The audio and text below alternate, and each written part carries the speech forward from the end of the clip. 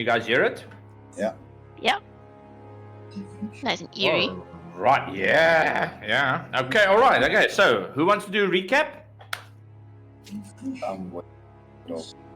We got captured trying Yeah. to protect this ultimate weapon. Mm-hmm. And then we were taken to the Underdark. 2 women were killed because we rolled really shitty die. And then which still shocks me to the core. Then we ended up with a group of people being kept in a little cave. I don't know what you call it. Yeah, it's my little Slave pen, yeah. Yeah, slave pen. And we were chatting and mingling, trying just to assess the people in the area, trying to figure out why we're there and who all these people are. Yeah. Okay. Yeah, that pretty much sums it up. So, to give a bit of context, we had it where you guys went to the slave pen. So, the slave pen is clearly a place that's made to keep the slaves secured. It's got magical wards that basically prevent spell casting. It's got an innate shield around this magic because of it being an anti-magic rune setup. It prevents people from being able to scry on anyone that's within. And scry, if you don't know what that is, it's a spell that you can cast to try and locate a person or spy on a particular person or something in that nature.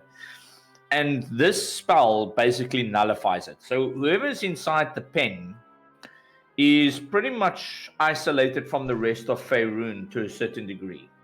Okay? But it is a cool and musky area. I mean, there's people that have been living in here, but for those that have got a little bit of a more militant perception on things, you realize that this is very much of a temporary enclosure.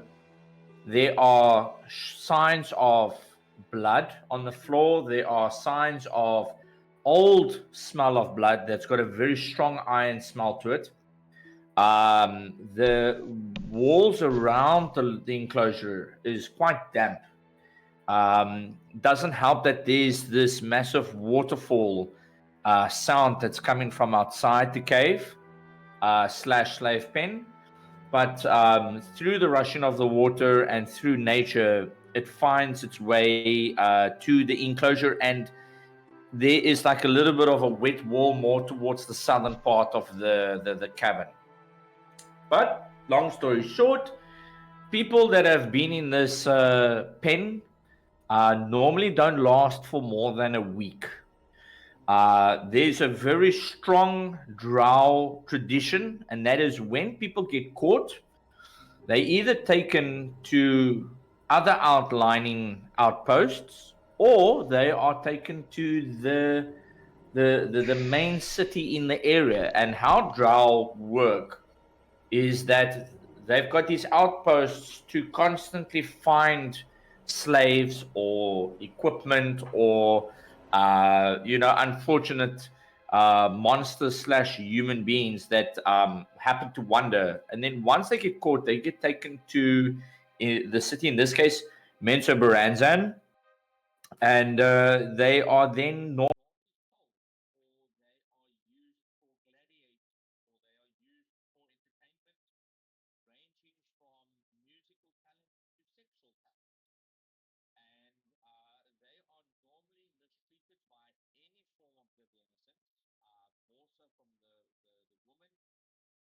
but the men slaves, the male drow, they tend to find it entertaining when they can actually take a bit of a knock with the slaves as well, in the sense that they don't really get the opportunity to put, shall I say, the foot on one's throat.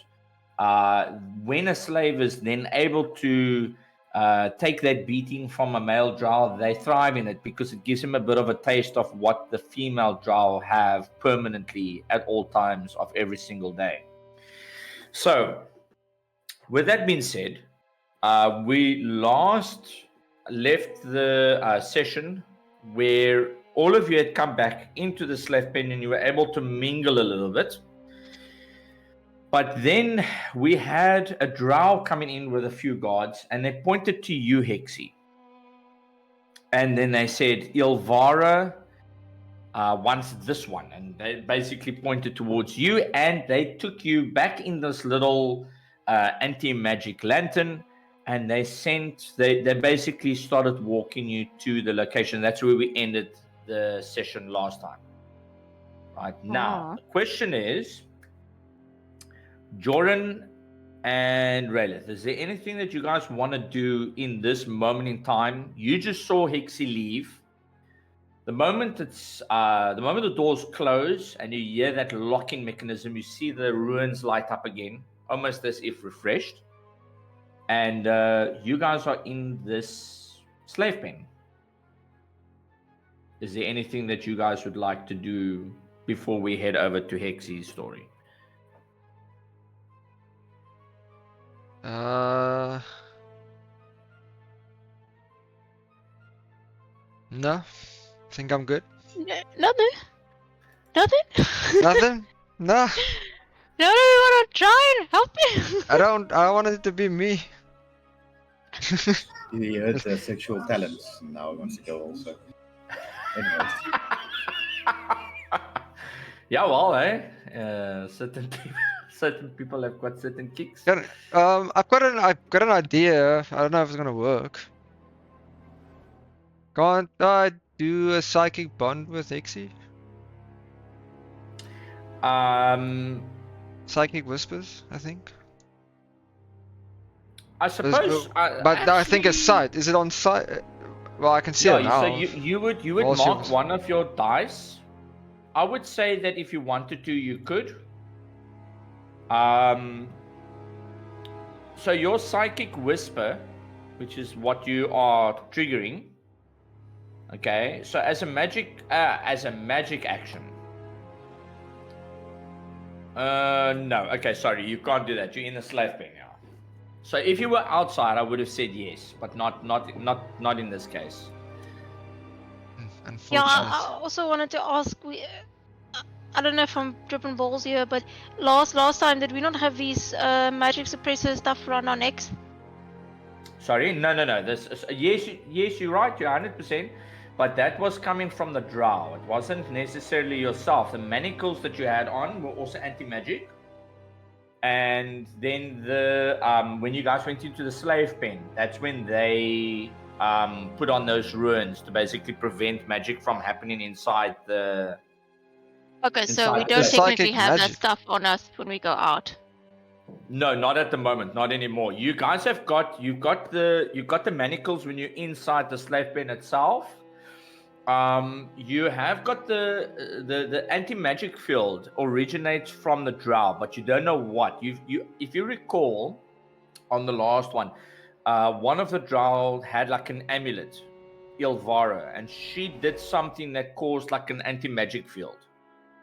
And you notice that that's basically the same setup that they've got on the drow and the same setup that's within the slave pen as well. So as long as there's a drow that's designated to you, it's like they're emanating this anti-magic field around them as well. Okay. Any other questions? Nope. Take it away. Okay. All right. So, have you guys all got the map now? Yeah. Okay, cool. So, Hexy, let's quickly then go to. Before we do that, actually, all of you roll a d20 for me. I don't want to roll d20s anymore. If you roll a 1, I feel very sorry for you. Oh, close. That 1 was like on the border. Okay, but there's no ones. Lucky for you. Okay, but Hexy, you got a 3. Ugh. All right, let's go with a 3. Who's stabbing me? 7 and an 18. Okay, cool. All right, so Hexy, so when you go out of this cabin slash slave area itself, the slave pen, Let me do this quickly so that you guys can get also an idea of what it looks like from the side. Okay, so in short, Hexy, you came out of this area. Okay, this is where those big gates are. And you are now making your way across this bridge. There's the 4 stalactites, which were hanging. Last time you saw it, but I'm just refreshing your memory a little bit. And each one poses almost like a particular role. You've noticed that the one that is closest to the slave pen is sort of like a guard tower. And you've noticed that there's a lot of guards moving in there. You walk across to that bridge in order to get to the middle one, which is this bridge over here. And on your left, when you're walking across the bridge, you notice that you've got this waterfall that flows down. Due to the lantern being transparent and you're looking down as well, you can see that it's a good, if you have to take a rough guess, it's about 100 feet drop that this waterfall keeps on going down. And you on your way to the top section of this stalactite over here, and that is where you saw the 2 previous girls being killed in the last session itself. So as you go through the guard tower, which is this section where you are now, what you can do for me is you can roll me a perception check. Let's see if you can get a 13 or higher. Okay. I'm a little disturbed by that fucking figure with the multiple knives. That's the statue of the spider with Lolth, like the Strider type of vibe. Okay, all right. So with a 20, that's pretty solid. So you notice that when you're going through this guard area, it's actually like an armory that's got like different sort of like cupboards and cloisters that have and hold various things. The one drow, as it looks towards you, you notice that it closes the cupboard almost as if it doesn't want to let you know what's inside. But with that perception, you're quick enough to see there's like leather armor, a couple of shields, there's some chain shirts that are made with the same darkened metal that they're wearing at the moment. There's a couple of there's a couple of like short swords and daggers. You notice that there's also this massive length of silk rope. But then he closes the door and you can't see anymore, and you basically make your way out of this particular area. And you are being escorted with a drow by the name of Yorlan and another drow by the name of Asher. And as you are walking, you can hear them initially when they're talking, and Asher's constantly whispering to Yorlan, that typical malicious, "This won't get you her favor back. You are worthless, male." And you hear Yorlan, "I am not listening to you." And as you are walking a little bit further and you get to about halfway past this bridge, what happens is you start to realize that their speech is starting to change. And when you see that, Asher's talking, "I will ensure that you never get favor again." And you see Yorlan like turn to her and he says in a direction, "You lucky you are not alone.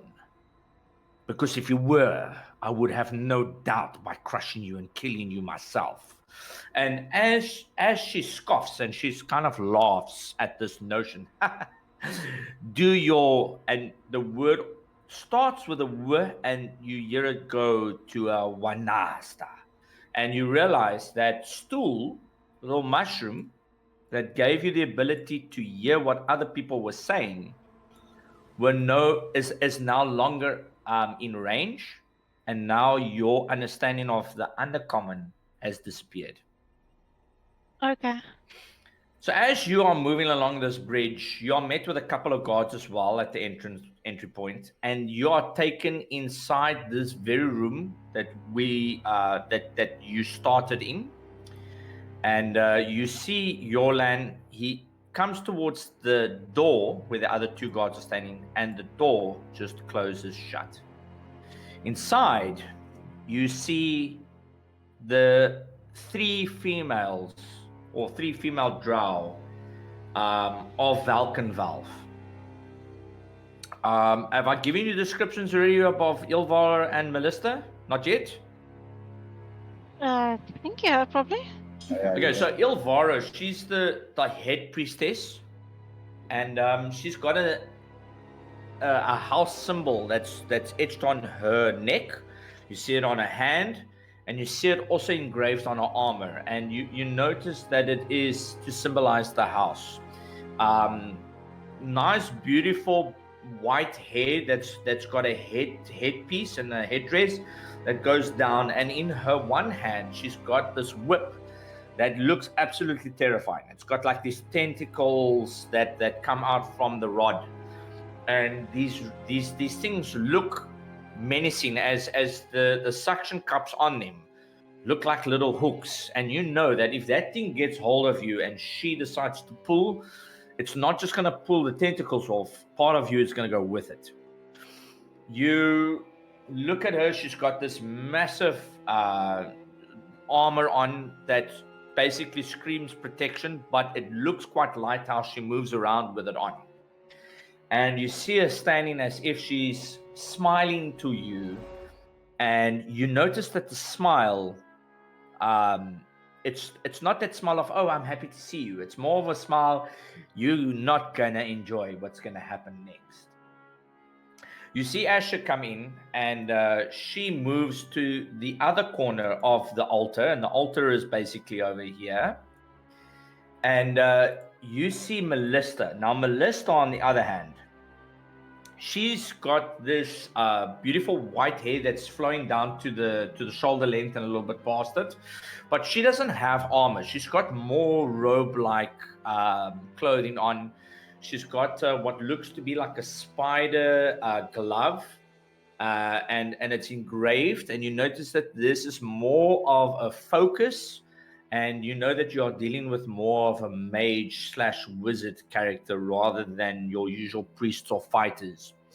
What you also notice is that the candles are lit in the area, and there is a stone that Melista is holding in her hand. Roll me a perception check very quickly, or an arcana, whichever one you want, whichever one's better for you. I'll do that, sure. Just what? Hoe kom dit uit dan nie? Wait, can you? I accidentally closed my map. Would you mind just giving it back to me, Yeah, please? sure, no worries. I'll give it to you now. Ooh. Okay, you can roll your arcana check already. Oh, you want me to do Arcana instead? No. You can choose. Well, you can choose which one. Oh, the It's perception's better there. The 15. Okay. There we go. All right. Sweet. Thank you. Got my map. Okay, cool. So with that, you notice. Okay, so with the 15, that's pretty solid. You notice that there's something odd about Melista. In the sense that she's got a glimmer to her face.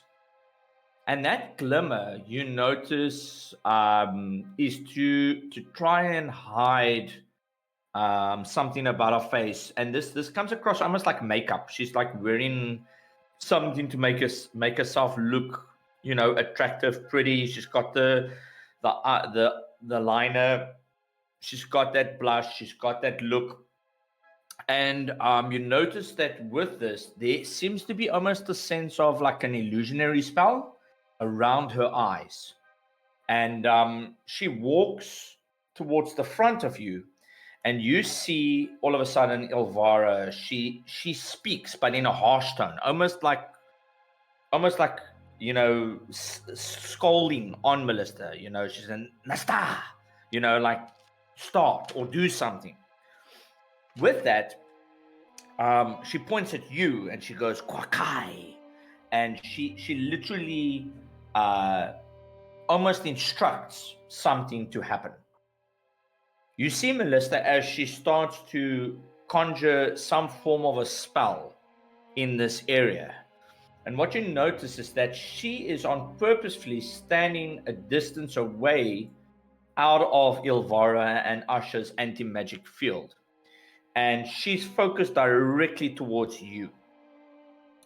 At first, she tries to point a finger, and as this magic is coming towards you, the lantern itself has got an opening which she's trying to truly direct the spell in. And when it goes in and it hits you, you feel like all the life in you is starting to pull away from you.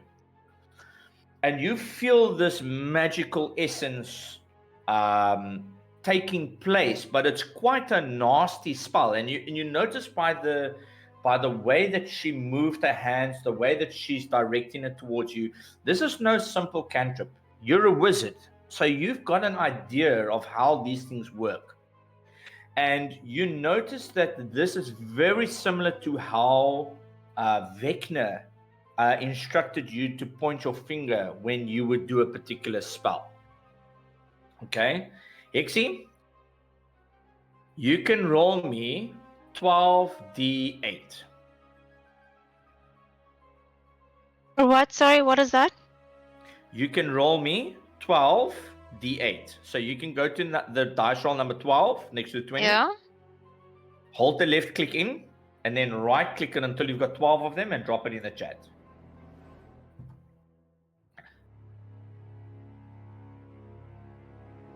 12. 12 D8 or 12 12s? No, 12d8. Oh wait, sorry, I'm doing the wrong one. Sorry, yeah. You can roll then 8 of them. 8 of the 12s. No, yeah. Yes, there we go.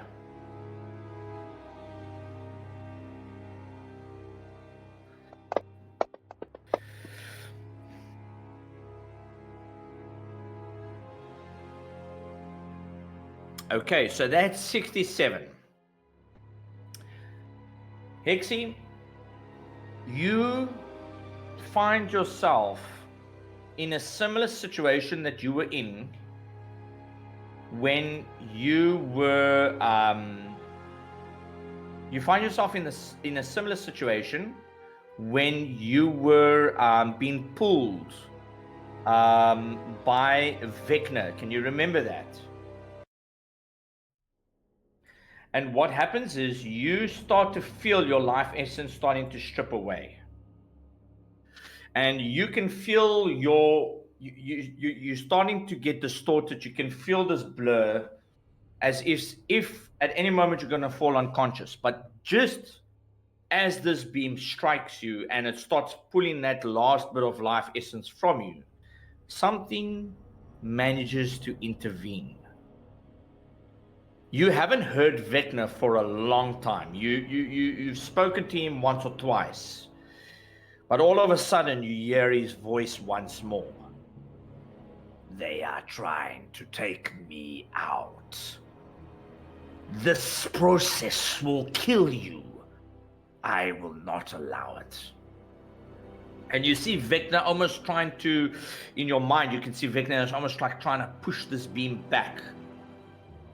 As Melissa holds this concentration to constantly pull this last life essence, it seems like it just won't happen. You notice that Ilvara is almost surprised by this prize. This fairy, this character that is of complete insignificance, is able to withstand this spell that she's seen Melissa do over and over and over and over again. And yet, here it is resisted. You see Ilvara turn to her sister again, and she commands something.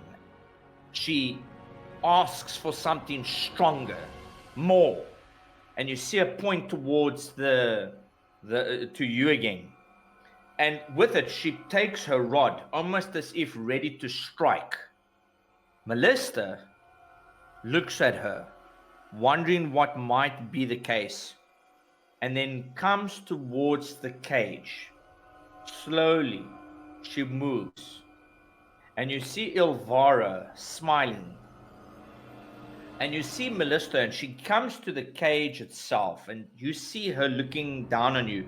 You are wounded. You can feel that same feeling of flesh and of blood that's been pulled from your very body again. But because Vecna's keeping your consciousness in play, you notice that Melissa bends towards the cage and she whispers in common, not undercommon, but common. And she says, sorry. And she lifts her head and she starts moving back. And as she gets to this section here, you see her starting to form a spell with writing in the air. And you notice that this magic is starting to take effect, and you see Vecna inside. He's like laughing, almost as if this won't work. And when you see this spell forming, you immediately start seeing the worry in Vecna. You start feeling that concern. And you notice that this is no longer just a joke. This is something that could possibly happen. And as he's about to turn to you, and he says to you, Hixie, you must survive. Just as he's about to finish that phrase, all of a sudden Melissa speaks a phrase, and your body feels like it shatters into 1,000 pieces. You are in this lantern being pulled in every direction, and you notice that this green vial, as you look down, that was inside you is being pulled forward, and you realize that the phylactery of Vecna, and you notice another entity which is of the blood that's inside it. You immediately see it starting to pull out of this vial, and it starts leaving the lantern itself, and it starts going to Melissa's hand. You notice that the phylactery of Vecna is welcomed, and you see Ilvara as she sees this. She says, Vecna, and she looks at the vial and she goes, Vecna, says something else, and you hear say, gas. And she takes it and she puts it basically in her belt.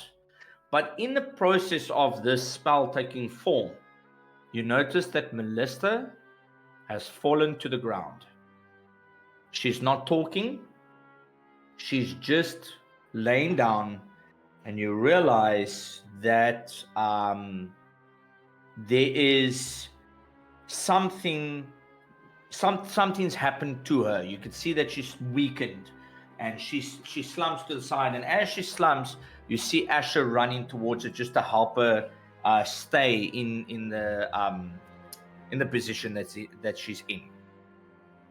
So with that, you are then kept in a cage, and you see Ilvara call out to Yorlan. And you realize that he comes in, and he basically picks up the lantern, and Ilvara says something, he nods, and you make your way towards the slave pen once more, leaving the ladies as you close the door on their own. And you start moving towards the slave pen itself. And as you get towards the door, you can barely keep your eyes open because of this massive potency that's happened. And you get to the front of the slave pen where the two guards are, and as you get there, you notice that the report spores from stool start to kick in again. And Yolan starts talking, but then shortly you start understanding him again. And the drow are looking at Yolan. So it happened. They were extracted. And Yolan's like, it's none of your business, but yes. Now, put her back in. You see the drow, they nod their heads, they grab the lantern. One of them unlocks the door, and in you go into the slave pen once more. And when this happens, you see the door close, you hear the lock, and you fall to the ground after they just kind of like throw you out of the lantern with almost no expectancy of you being able to survive the next 24 hours. Oh Anyone god, doing so anything? The next 24 Vecna hours. why won't I survive? Because Vecna was pulled out of me. Vecna was pulled out of you. Well, you don't know. You're just very low on health. Ek sien net ek as ek nou inzoom, daar's my bar. Don't get stabbed. My god. One AC in a dream. It's a little specky. Fuck, are you okay? No, I'm not. I'm not okay. I'm just gonna move here. They probe you or something, what happened? I don't like. Is Vecna like a big fucking secret? Like, of is it actually shit waar ek kan praat? Want hoe verduidelik jy vir iemand? You never told anyone Yeah. in I the don't know. last one as to what happened and why. So, to a certain degree, you don't know what happened, or they don't know what happened. But when you do come in, they can see that you're clearly wounded. You've been brutally. It's like somebody really laid it into you. Okay, I'm just gonna then spin it like this. I'll tell Joran that I had a special gift. Hold on. I also want to be part of it. So I saw this happening, and I'm also rushing over to Joran and Axie. So I also want to hear what's happening. Move me. Okay, yeah. Tell me I think more I about can this move in here, eh? gift of yours. Okay, wait. I can project my voice perfectly. Yeah. Uh, There we go. I had this gift inside of me that I was able to use only once a day, and they This was pulled it out of me. I don't have Mhm. that special gift. It was something that made me very strong for a brief moment. Was this And like a whatever physical they thing? did. What? What? Was it a physical thing? What did they pull out? It was a. I don't want to ruin my cards to you. It was a. A A what? person. That makes it stupid. Like, who's gonna believe me that I had a deity in me that I could pull source from? Well, that's kind of believable, actually. Okay, cool. I tell you guys about Vecna. I say, listen, as fate would have it, I struck a bargain with this guy. He would assist me in return for staying alive and using my body to feed Okay. off my life source. So Hexy, roll me. So on your main sheet, you'll see at the bottom there is a death save. Roll me a death save quickly. Oh no. God, she's dying. So is he bloating? Oop, Yeah. My bad. Take So the use some roll 2. take the second one. I'll go again. Ignore those. Okay. I'll go again. I'll That's a press one. save. That's a save. Don't stress. Oh, okay. Okay, so you basically barely holding on. You are struggling to formulate words. Your body is completely got like cuts and bruises in. You notice that your sternum, your chest area, has got this not gaping wound because you got your armor, clothes on, but you've got a massive wound where they extracted this from. All right, and you basically fall down. You notice that the rest of the cavern starts rushing to see what the hell just happened. You see Jonalith coming as well. You notice that there's certain characters that you've never really spoken to yet, but they are very interested as to what the hell just happened. Only one that doesn't come is the short little man. He's got like these white milky eyes. He's got a very scrawny look to him. Yes, and you can say to a certain degree he's got that very Gollum like, but the only thing is he's got a beard and a little bit more meat to the bone. Not much, but a little bit there. Okay, and you see that he's not really concerned at all what's happened. He's just sitting there by himself. And you notice that everyone starts coming towards you. And for example, Jonathan, he sees it and he's like, oh no. And you see Pocket, this little girl, she's got sort of like bluish hair. She's a Smurf Nevlin, which is a little gnome. And she's a little bit taller than the other one that's with her, but the other one is quite small, little girl. And she turns and she actually says, Twitch, no, you mustn't see this. And Pocket kind of like walks in, and you can see she walks towards the one character Reef, and pushes herself like through, and she actually asks Reef, is she gonna be okay? And Reef like looks at you and he's like, I do not know. And you see Prince Derendal as he walks around, and he's like, Reef, is there not something that you can do? And you see Anira with Joran. They're standing in close proximity, and you see the one fish-like character, Kowatoa, but one that's aged, which is very uncommon. He's got this beard-like system, and you can see that they all kind of like looking at you.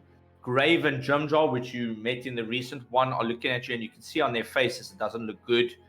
And there are a few other faces like Aldeth and Therius and this like massive, huge half orc that's looking in your direction. That's kind of like, oh, she won't survive. I don't care. It's one less mouth to feed. We'll get more food. You can see he's very blunt with these phrases. But yes, you are in a position where it's not looking so great. Is there anything that Joran and Raylith would like to do, or anything in that manner? Yeah. Oh, I would man. actually.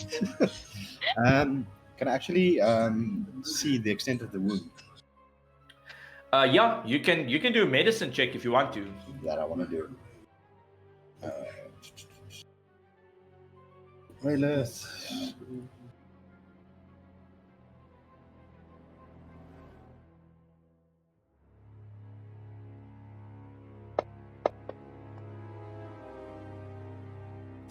An 11. Okay, so you look at Hexie. Yeah, she's gonna die. There's no way that you're gonna be able to save this chickie. Like, no way at all. At this point, as a medical professional and as a healer, at this point, when you would see any creature that was at this extent, it wasn't about how you could heal them, but how best it would be to make them comfortable before they are gone. Okay, then I would actually try to apply first aid. And basically, What do you try to have stop for the first wound. aid? No, basically keep pressure on the wound. That type of thing. You use a piece of cloth in there, like a shirt or anything like that. So you look at the situation and you're like, yeah, you want to try and help where you can. But remember, she's a fairy. She's like 20 centimeters in length. She's not a person. Luckily, less cloth then. So yeah. So you apply that. Motherfucker. Hexie, you can roll me another death die. No, not that. Don't disappoint. Okay, yeah, that's a fail. And you notice that they're trying to do what they can. And this little Pocket, she comes and she sits like by you.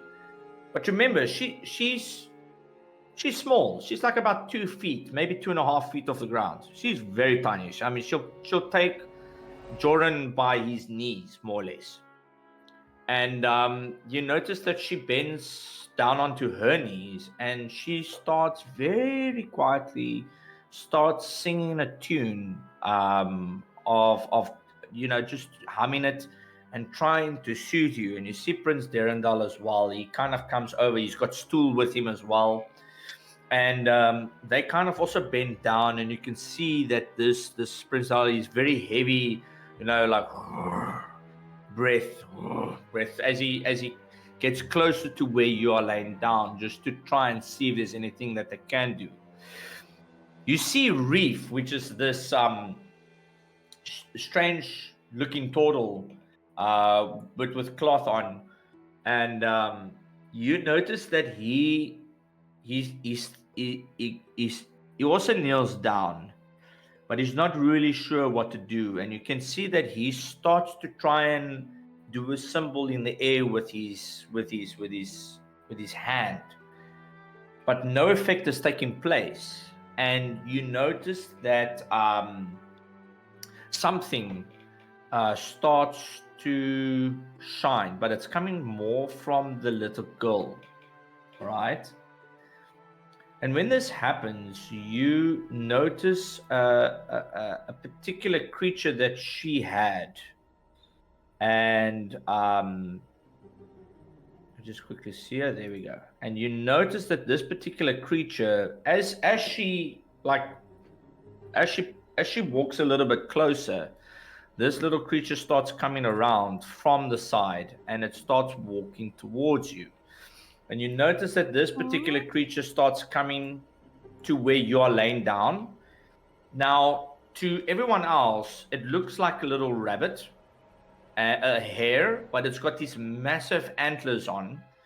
And you notice that it's got a very gray/brown coloration to its fur.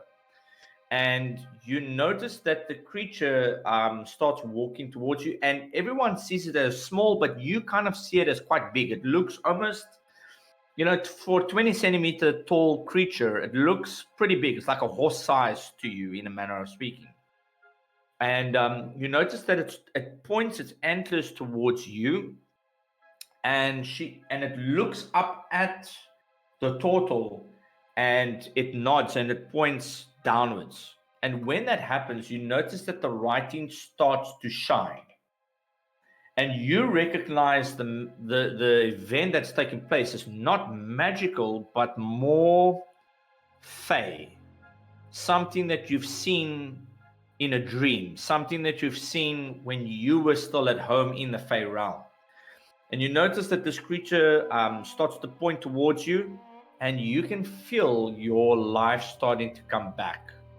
When this starts happening, your hands start shaking, and you notice that the creature comes and it basically lays in a half moon shape around you, and it basically tries to keep you warm with its fur.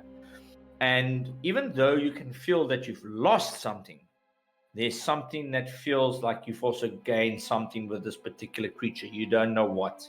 And while you are laying there, you can see that Pocket is still singing. Joran and Raylith, is there anything that you guys want to do in this moment or not?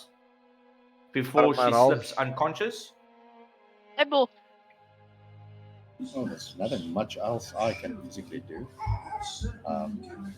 Just basically observe the process. Yeah. Yeah. Hold it tight and don't let it go.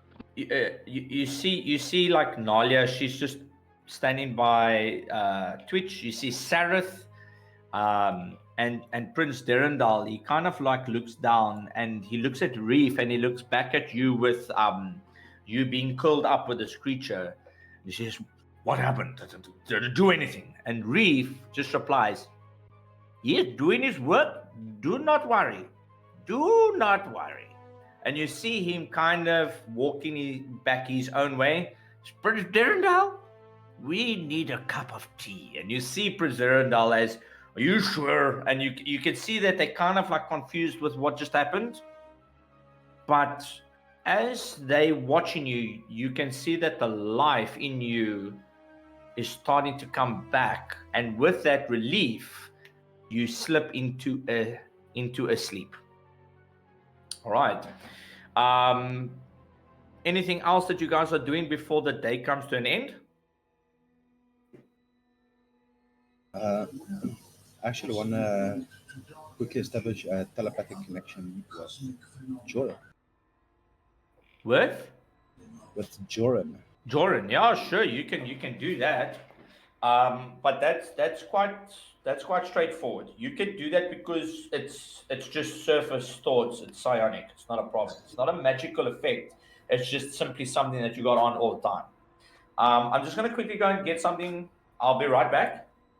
But think about what else you guys want to do, if any, and who you want to talk to before the, if I can say, the day comes to an end. Okay. So, right, Mr. Joran. Telepathically, if I can throw a plan in your head. Sheesh. Quick. Make that So connection. yeah, so basically no other person can basically hear us. He's semi-unconscious, he's not going to focus. So basically, so far we're going to die if we keep on staying. So I propose we basically quickly find out where we are, what we're going to do, and how to escape. The more people we get to escape, the better for us at the end of the day. We just don't even know where to go. If we can get out. Well, the thing is, we don't know about the others. That's the thing. So if we can get information out of the other people, maybe they saw something we didn't. Maybe they saw the exit or the entrance, where the weapons are stored, gear stored, those type of things. If we can get information on that, who's willing and try to convince those who can join us, or a way to disable that gate. If those ruins on it, not sure how, but if we can do all those things, yeah, maybe we'll love. I don't know how much information these guys are gonna have. Well, if we don't ask them, then it's basically nothing. No, never know. Okay, so Jordan, you doing anything? I guess we need but I wanna talk to some people. Yeah, who do you want to talk to? Make it easier. Address the whole group. Yeah, but the thing is, with the whole group, it's difficult to convince an entire group of people without knowing anything about them. So if we can stand, just learn them and see what type of mannerism, what type of people they are, they're more easily convinced on a one-on-one instead of a lucky group. Can I go to the kid, Jonathan? Yeah, sure, of course you can. Just walk up to him and say, bruh. Oh, no, wait, I can't say bruh. Dear boy, who are you? Where are you from? Are you asking Jonathan? I'm asking Jonathan, like, where are you from? Who are you? Jonathan, he like looks at you, and you can see that. I mean, he's got very uncanny features, very red hair. He's got blue eyes, and you notice that he's got sort of like a regal look to his clothing. You can see the symbols. You know, he's obviously royalty from some place. You're not really sure where. You just know that the caravan had come from Damara. But he looks up at you, and you can kind of see that he's got that glazed look on his face of, you know, he accepts what is in front of him, and that if he's not in control, he needs to understand that it's something that will eventually reveal itself. He's got that type of mindset to everything. But he looks to you and he says, "I'm John Lilith de Winter. I come from a royal line in Damara, and I'm just glad that the creature was able to help that fairy. What's her name again?" As far as I know even it is Hexy, I think. Okay, but Pixie, yes, that's right. I did hear that before. Yeah, no, she's very nice. And her wings are very pretty. But yes. What was your question? we were you were the package that we had to protect. And you see him looking down. Yes, I was supposed to help the people in the Sword Coast, but that's not going to really happen anymore. I tried my best. Mom said that I must do whatever I can, but looks like I wasn't able to keep everyone safe. And how would you have keep these people safe? What kind of powers are we speaking of here? Why are they looking for you? Do you know? Well, Mom said I'm the last one. I don't know what she meant by that, because there were tons of boys in the city where I'm from. But she said that I was the last hope, and that I could speak to the gods. I'm not really sure. I've never spoken to a god before. You're not a god, are you? God. Yeah, Like a god or a Oh, god? like a deity, like a god that does oh all dear. these things from the heavens. I only serve myself. Well, that's good to know.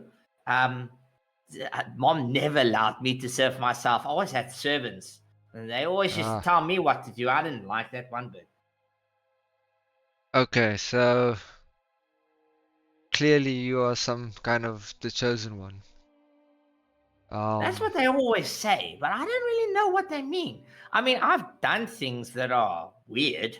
Like I walked into that one place in the church where all the people were sick, and then it made me sad. And then I closed my eyes, and when I opened my eyes, they were all healed. And then I went to the other place where the man fell out of the window, said he'd never be able to walk again. That happened 12 years, long time before I was even born. And I touched him on his leg, and he could walk. The fool didn't realize he could have to get up. And then there was the one time with the dead dog and the pigeon, and the dog ate the pigeon, and the pigeon fought back, and the dog choked. And I was able to bring both back because then the dog, he was breathing again, and the bird came out, and the damn dog chased the bird again. Boy, relax. Okay, that's a great story, and I would love to hear more of it. But hold on. Sure, I So can tell you more if you want. There was also a cat. wait, no, The not dog. now. Hold on. Oh, I okay. need to know. Um, so you're clearly very valuable, and people are gonna look for you, right? Sorry, repeat that question. Oh, people are gonna look for you. Where were you Well, going? I hope so. I mean, mommy and my dad, they always had people following me. I'm quite surprised no one's came for us yet. But I don't know. I guess. Okay, cool. And I just thank you for the conversation. I'm Oh, gonna go. you're most welcome. You seem like stand up straight, and he kind of does like this bow. It's like, pleasure. What's your name? Just call me What is my nickname again? My middle name? I'll call you Shh. Yeah, call me Shay. Shay, sorry. Okay, I'll call you Shh. That's a bit of a weird name. My mother used to always say that when I was making too much noise, but that's fine. I suppose I could call you Shh. Cool, thank you. I walk away. You see him as you walk away. He kind of like keeps an eye on you, but then he sees Twitch, and then they start playing with all various things. Oh no, it's like You can see they're just having fun, whether it's with stones, whether it's with numbers on the ground. It looks like a game with letters, like numbers in blocks, and they jump in, and the one tries it with only one leg, and the other one is trying to figure out where to jump and where not to jump. But yeah, they kind of keeping themselves entertained. and it's like empathically talk to Bez if possible. Yeah, sure.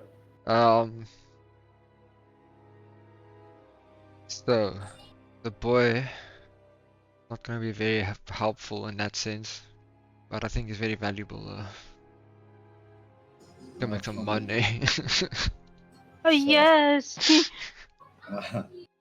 money maybe, nah, but I think we can use them rather as a valuable asset at the end of the day. Let's say, for instance, if we make our escape plan, keep him at that center. If somebody of us goes down, if his stories holds true, he can actually be an asset so that none of us dies and can get instantly back into the fight. So I think we need to protect him for the duration. No, So we nobody keep him gets- alive. Definitely. But at the end, if he gets out alive, but someone needs. Clearly, this boy is the chosen one. Maybe, possibly, I don't know. And check if he's I've lying, but heard it doesn't that matter. before. Doesn't matter if you check out his clothes and his mannerisms and so forth, and the way he's speaking. I don't think he has any intention of lying. So if he's from a royal family, the royal family will also pay a lot of money to make sure he's safe, and also with the added benefits that might come from it. What's the move, bro? Because are we just gonna try and make a run for it? Not necessarily. Let's get more information. Just if you can tell the boy, listen, it's not safe here, and he needs to stick close to us, that we can basically form like a guardianship, you could say, to make sure he remains at us and not try to depart when we leave this place. Okay, well, maybe you can convince him to follow us if need be. But Well, I'm a team. he already established a connection with you. It looks like he took a liking to you, so I think it's going to be better that you may talk to him. Well, Just let's tell him, just- listen, stay close. We'll protect you. Okay, so then I'll just. Okay, I'm not gonna tell him now. So if basically if you want to go chat to someone, but I'll get to him. I'll tell him. It's fine. Yeah, quickly want to talk to Pocket. Yeah, sure, go for it. What do you want to say to Pocket? I want to ask her that what we observed now. Does she know anything about it? That happened with X? In what sense? Like what magic just happened? Yeah, Like that what type of, magic not happened. magic, but like this fae thing. There's faith thing that happened and about that creature. So what? Okay, yeah, sure. Let's quickly see her. So you approach Pocket. She sees you coming towards her. She's, Oh, hi. I almost didn't see you there. Okay. Politely bow and walk a little bit closer so that we can have a good conversation. yeah, okay. Go for it. So I'm asking Pocket, listen, what I actually saw now, it seems like you know something about this and about our friend. She was with us in the caravan, and I'm concerned about her. Do you know actually what happened? So Pocket like looks down. She's like, no, not really. Yeah, I've seen, magic, and with my clan, the gnomes, the Smurf Nevlins. We've seen people do all manner of magic things, but not like this. But I think it's awesome. I think it's great that they were able to get right. I'm actually hoping that when they both wake up, then maybe I can ask them maybe what happened. But clearly it worked. Very similar to like some of the stuff that I can do. I love music, and I love to sing, and I've seen it when songs can heal people, and I've seen it with songs can like move things. But unfortunately, as much as I would have liked to have helped, what's her name again? Hexie. I don't have my singing stones and my instrument, and I'm just glad that Twitch was able to be able to sort it out. Twitch has always made fun with or always made friends with animals, and Twitch has had she called it Warpentinger, and she called it Wally. Wally's been around for ages. We've been in this place for like about a week and a half, maybe 2 weeks, which is really long. And Twitch and Wally, they kind of just took a liking to each other, and it seems like Wally was able to help Hexie, and I think that's like really dodged a bullet in my opinion. Yeah, no, definitely. So, how long do you actually know Twitch? Oh, we sisters. Sorry. Twitch is she like Twitch? She starts coming over towards Pocket. It's like So this is my younger sister Twitch. She's a little bit erratic, and but she loves playing and she likes to have fun. And we come far away from here. Unfortunately, we're just wandering around. And they caught on to us, but since then I've always been trying to keep an eye out for and protect her, and they said something about us maybe going to the main city eventually, but we haven't been moved yet, which is kind of weird, but yeah, that's where we are now. So, how long have you guys been here in prison? About a week and a half, 2 weeks now. It's a bit difficult to keep track of time and so on, so we kind of like base it off of on when they bring the meals, but the meals they kind of like only bring once a day and sometimes not at all. So basically I'm her older sister, Twitch is now she's 16 years old, just very young for a gnome. And I'm about 20, 26, 27 now, going on to 27. I would, yeah, it's about around there, yes. Okay. Are you guys injured or anything? I am a healer, and I know basic first aid and so forth. So Oh no, luckily not. Luckily not. When we get our tasks and duties for the day, which I'm pretty sure they're going to do tomorrow, sometimes people can get lucky and they go with Reeve, which is that total funny old man over there, but he's very nice and he's got a way of like doing things. We don't.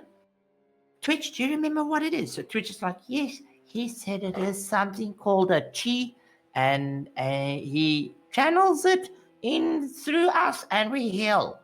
I think John Ellis is calling. Can I go play? It's like, yes, you could go play. Okay, thanks, bye. And she kind of just runs off again, and you see she's gone back to playing with him over there. And Pocket's like, yes, chi.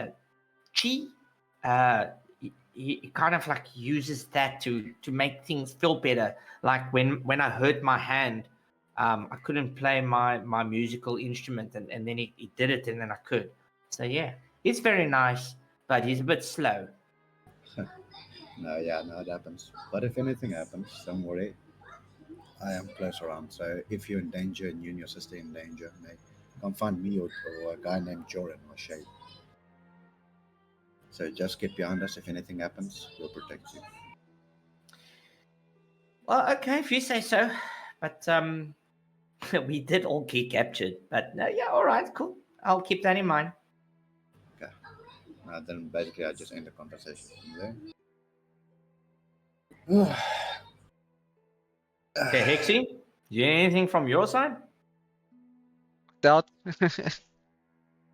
She's sleeping. Okay, all right. So with that, you end the so-called day. Everyone moves to their particular places, and you notice that they are getting ready to basically do the night shift. You hear by the door that there's like a little slot where they can give the food and stuff in, and they open the slot, and you can hear the one guard say, "Hey, Pocket, where are you?" And you notice that she walks towards the door. Says, "If you want people to have food tomorrow, you'd play for us." See, Pocket, fine. So as you see the slot open, you see something like being passed inwards, which looks like a lute. And she basically goes and she sits on the stone, and she starts to play her instrument. And while she's doing this, you guys can go and get like a refreshment or two if you guys need, and then we'll carry on with the session.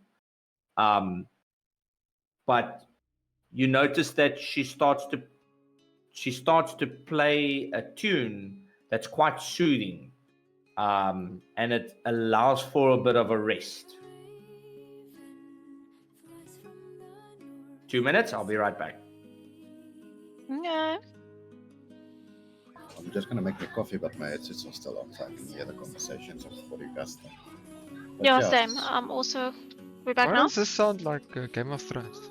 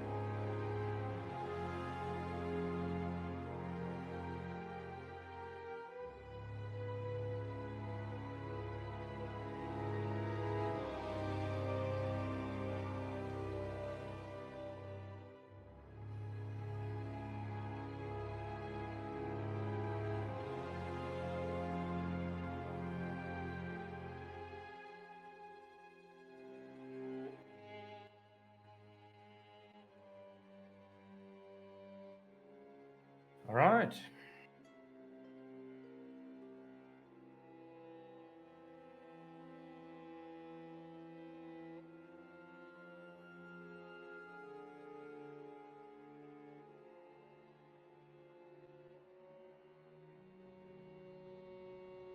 There we go.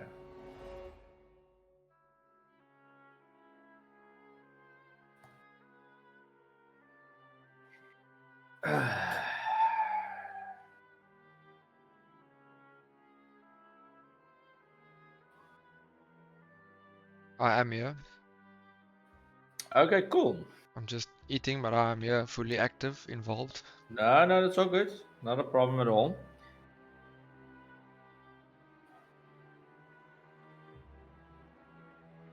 I'll just wait until the other two get back. And then we'll start the new day, so to speak.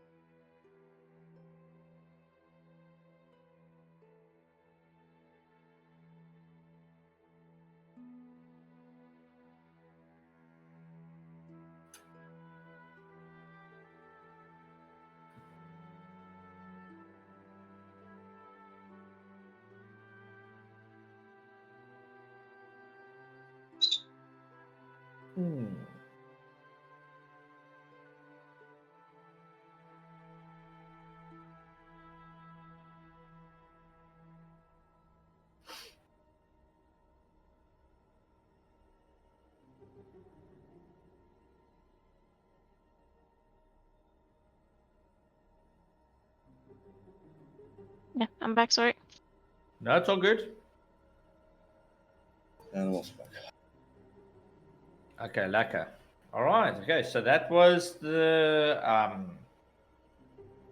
pretty much the day, and basically you guys find yourself in a place where you've had a bit of rest, and you basically are freshened up. Hixie, you wake up with this Warpatinga or Wally, and you notice that your wounds have healed quite gradually. They've you don't find any wound on your body. Just the markings that something had occurred. What you guys can all do for me is roll a d20. D20. Oh, right. Okay. Yeah, I'm fucked. Yeah. What did Oh you get stabbed? Hixie And then it's 4. actually done. Holy Oh no, moly. touch the dust. Okay, well. There's only one bunny, boys. Sorry. Okay, Raylan, you must start working on your next character, eh? No, I'm just, Yep. I'm just kidding. I'm not there. Insta kill. Let me just quickly get you. Okay, so I'm just going to put your characters over to certain sections. You'll understand when the time comes. So, Hexy, you can roll me 2 more d20s.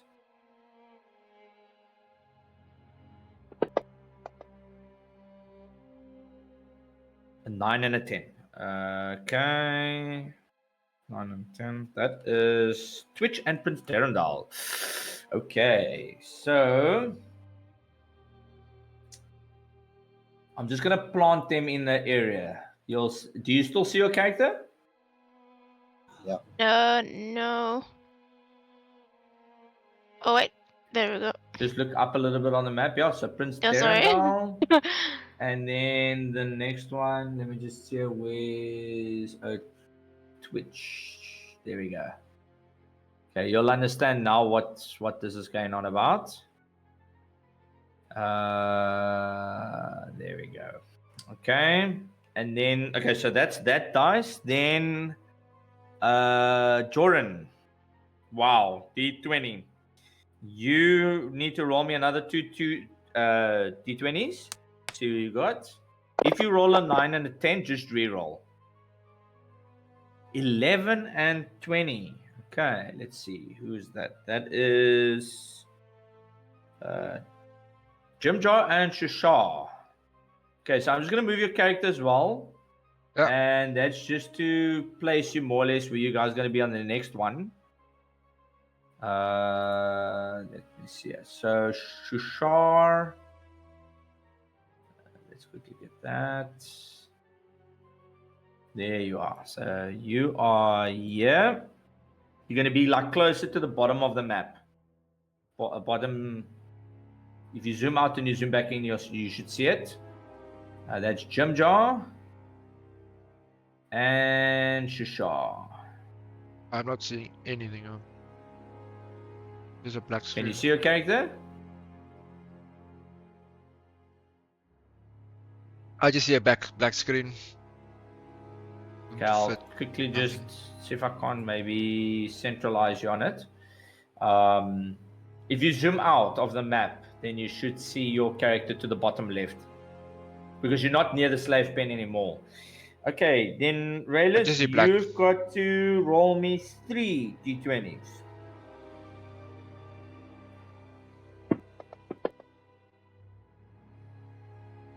Okay, so oh wow, you guys didn't get any doubles. That's pretty solid. Okay, so 2. That is Theris. Okay, so Theris, let me quickly get Theris for you. And you'll understand now why I had to roll that. Most likely working groups. Yeah, that's right. Theris, Calypso, she was. You've got Reef and Calypso. Where's Calypso? There we go. Okay, and then yourself, which is over there. Okay, so I'll explain how you get to them. Can any of you guys see your characters, or Jordan, you still got problems seeing your character? It's still Okay, black screen. that's fine. Don't worry. Just give me a second. Then I'll help you now. Okay, so there we go. That is Jordan. Do you see Jordan now? Nope.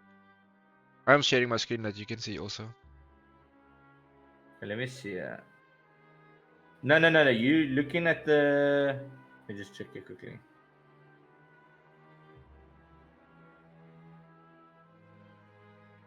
Just zoom out, like completely. I am fully zooming out. Yeah, Joran's lost to us. Sorry? So Joran's lost to us. So he went into the abyss. Yeah, I'm trying to think why he can't. Just double click on your icon on the left hand side of that thing. Like just double click. Double clicked. Oh, I wonder. Let me just try something here quickly. I've got a feeling this might be the case. Did I close this window? Can you maybe No, repush hang it? on. Let me go here. Main. Come on.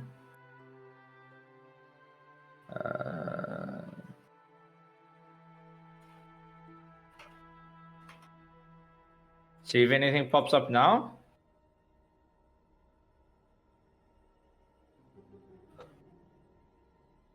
Oh, darkness. And Oh wait, there we go. I'm there.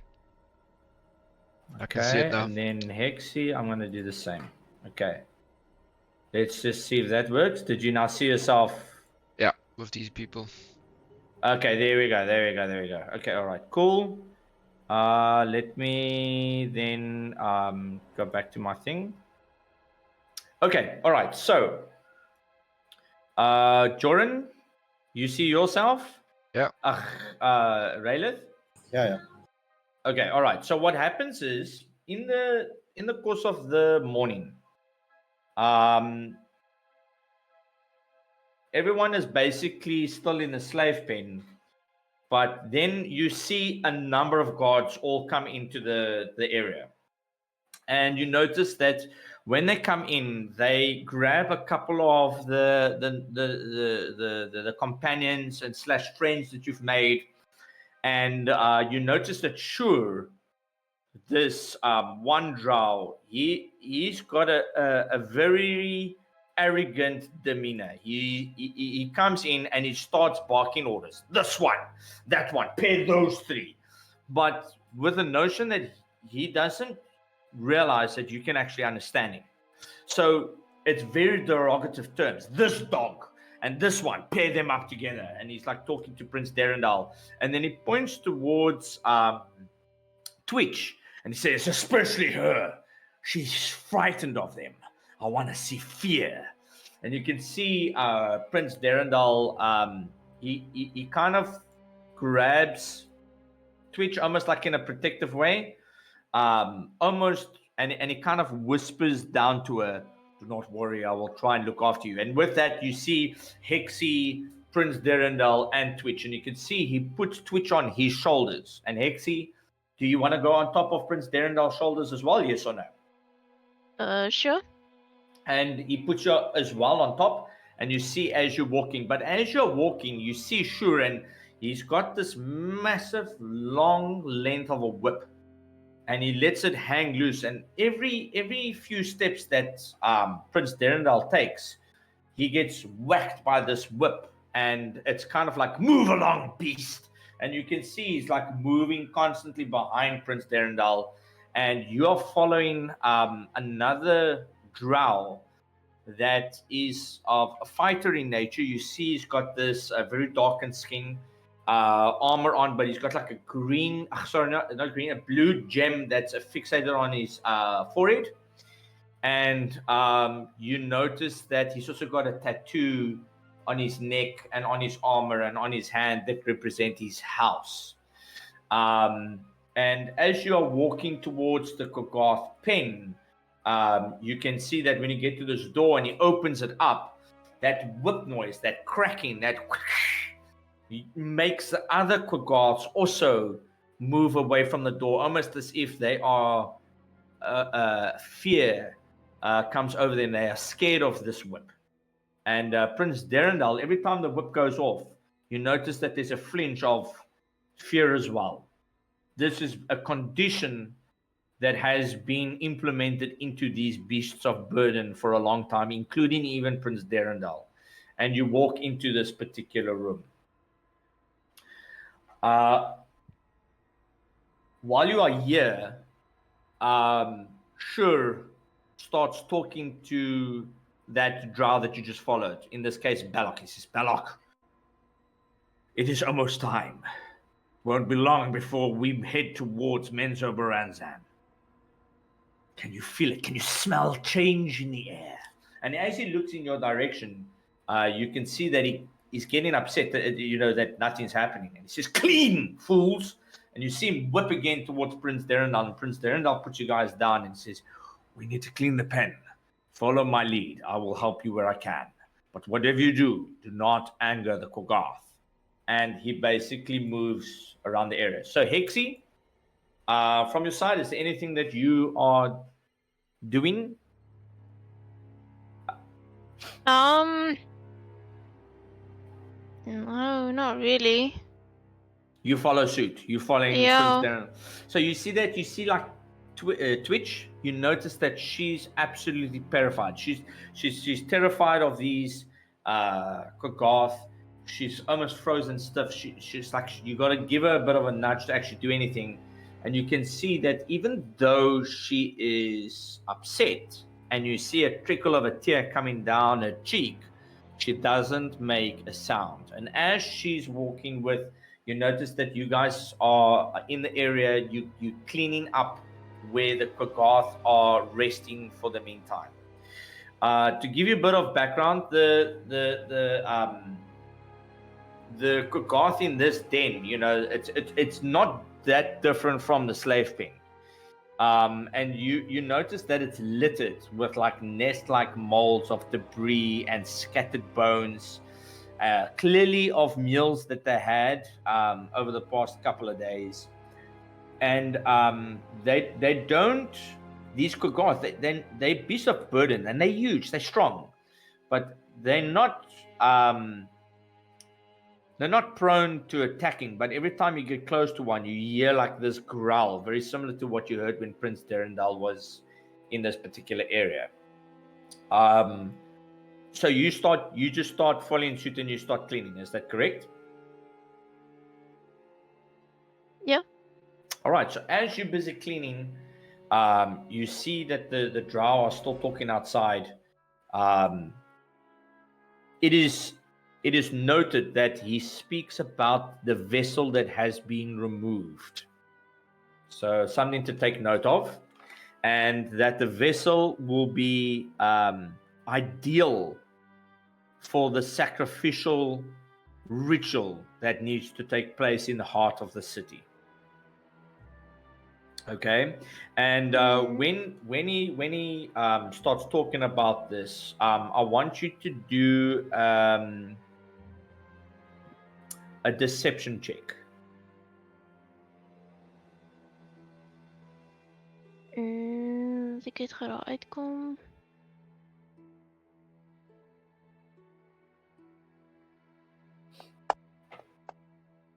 Ugh.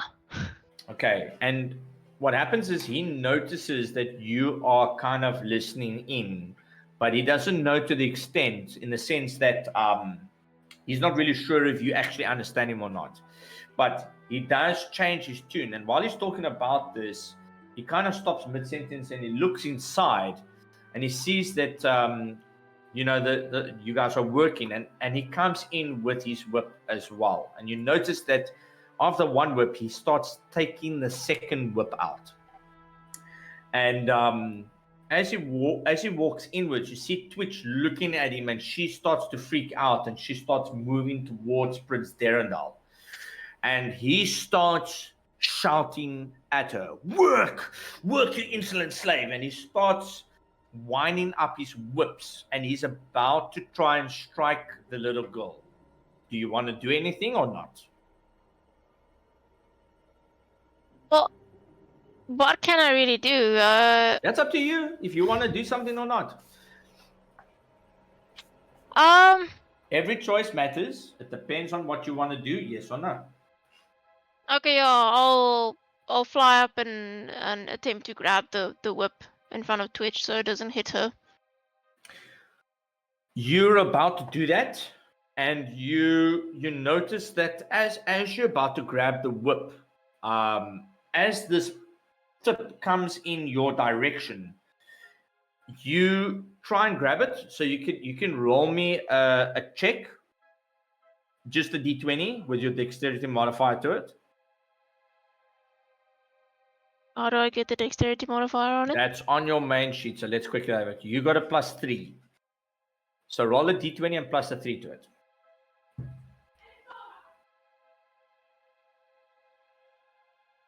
Roll a d20 and plus a 3 to it. What do you mean by that?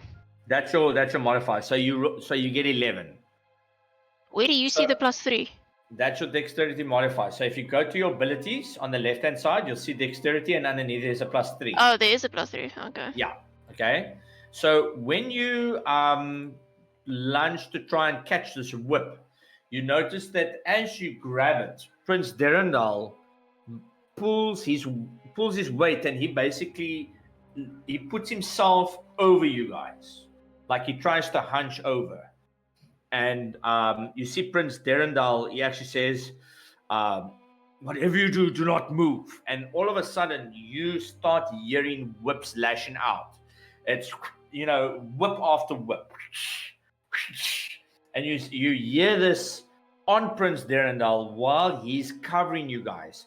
And the other Quaggoth are starting to roar, in the sense of they're not really sure what to do. They can't run further away.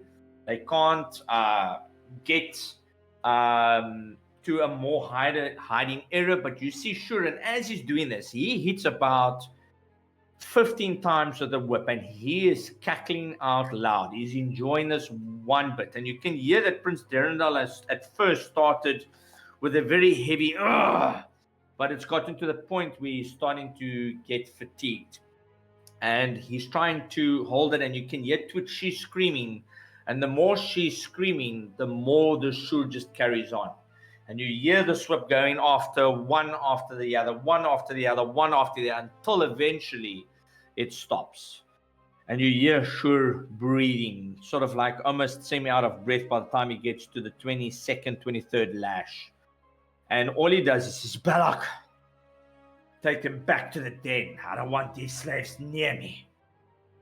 They do not need to clean anymore, but I've had my fill. And you see Balak as he comes in, and he orders two of the Quaggas to come and grab Prince Derendal, and he makes you, he basically grabs the two of you, and or three of you, sorry, and he starts making his way back to the slave pen. And on the way, what I'll do is I'll give you a bit of description of things that you see on the way back. But you notice that there's a northern watch post right at the top of the map. There's like a little doorway there. And you notice that there's also staircases that you lead to get to the slave pen. And it wasn't very long to get to this particular area. And basically, in short, you guys have been thrown in the slave pen again, but you've survived, if I can say it in that sense, the temperament of Shur itself. But Prince Derendal is deeply wounded, and he has got lashes upon his back. 22 stripes have just been done on him in the span of this next few minutes. Do you wish to do anything in this moment? Yeah, I would like to go up to Mr. Prince and just like say sorry, but thank you. So maybe get Twitch to remove that cloak of his and try and tear some cloth off to wrap his wounds. You see Pocket, she comes, she actually agrees, and you like see Twitch as she like takes a little bit of the cloth, and you see Prince Derendal while he lays down. He is wounded, he's not feeling great. He's got cuts everywhere, and you can see that he had to endure quite a bit. But when he sees Twitch with her tears, you can see that he is like, he says, "Do not worry. It looks worse than it is." And you can see he's kind of like trying to bite the pain, but it's any adult looking at the scenario can see that it's not as simple as just shrugging the pain off. And he is now in this chamber, and he still says, all I need is rest and some mushroom tea. And you can see that he wants to try and move, but he can't. His body is too tired. What I'm going to do is I'm just going to bring his health bar a little bit low. There we go. Oh, snap. Sorry, that's wrong. Wrong one. There we go. So he's endured quite a bit, if I can say it in that sense. 25. All right. With that being said, we're going to head over to Joran. So, Mr. Joran. What's up? Okay, so you take this massive walk. You pass all three of the stalactites that have got a housing system to it, and there's one last one that you didn't happen to go past, but you saw it, and it looks like a barracks of some nature. You see a lot of soldiers going in and out the whole time, but then you turn a sharp left after the waterfall, and you find yourself looking at a great hall, like a main hall. And this main hall that's carved into the ground, it's got circular tables that are carved out of some strange looking fungi, but that's very strong. It almost looks like wood, but it isn't. And there's 5 chairs that surround each table. And you notice that in this area, there's a storage area, there's containers, there's all manner of things that are hanging from wired items that have got like fresh fungi. It's got stock that's dried, like dried fruit. There's cheese. There's like preserved meats. There's a couple of jars with spices on it. You notice that in the center of the room, there's sort of like this warm brazier that's been lit all the time to keep it warmed up, and it's quite nice compared to the cold slave pen that you've come from. And you notice that in the corner, there's this massive fungi container that's got water in it, and there's about 50 to 80 different types of dishes, from plates to cups to knives and forks to all manner of things. And the drow, as the two of them bring you in with the other guards, you can see that they point towards it, and it's basically been tasked by you to go and clean this particular area. I just wanted to find out, are you still tied, or are you still connected with anyone via your connection? Is that Raylith connected to you still?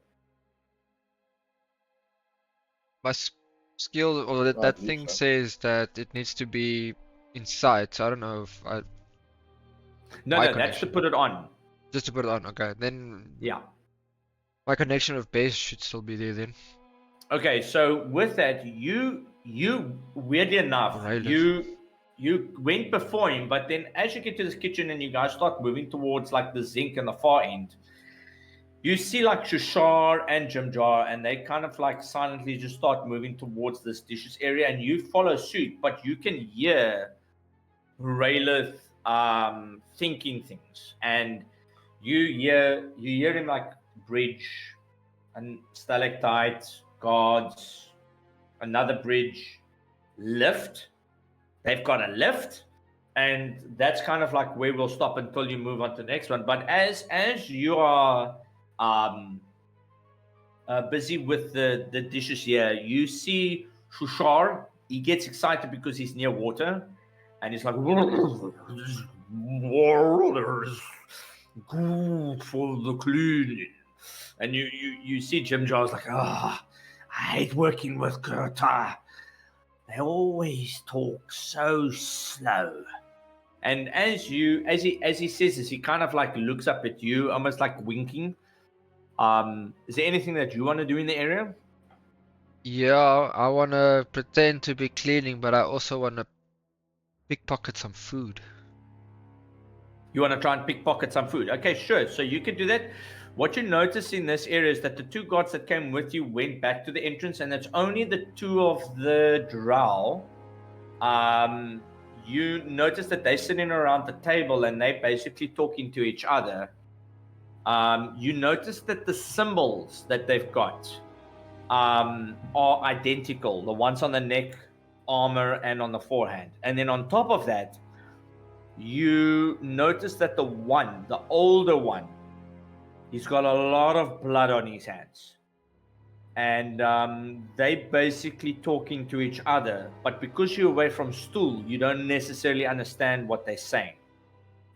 And they basically just talking, and you see the one as he puts like this whip slash sword on the counter, and he smiles, and you can see they're talking, and the one points at the weapon and then the other one points, so they're quite distracted and talking amongst themselves. You notice that there's the cutlery, there's the dishes, and you notice that there's a bit of food, dried food on the left hand side of where you are. You said you want to try and pickpocket that. Yeah, we'll steal it, yeah. Okay, As all I right. So you pretend can to roll walk. me a sleight of hand.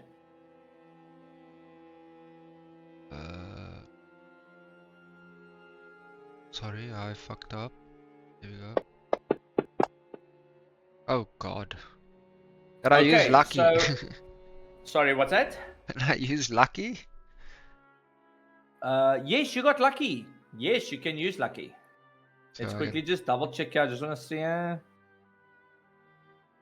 Yes, you can. So you can roll another. You can roll another one just to see. Yeah, you can re-roll the one luck and see if it benefits you.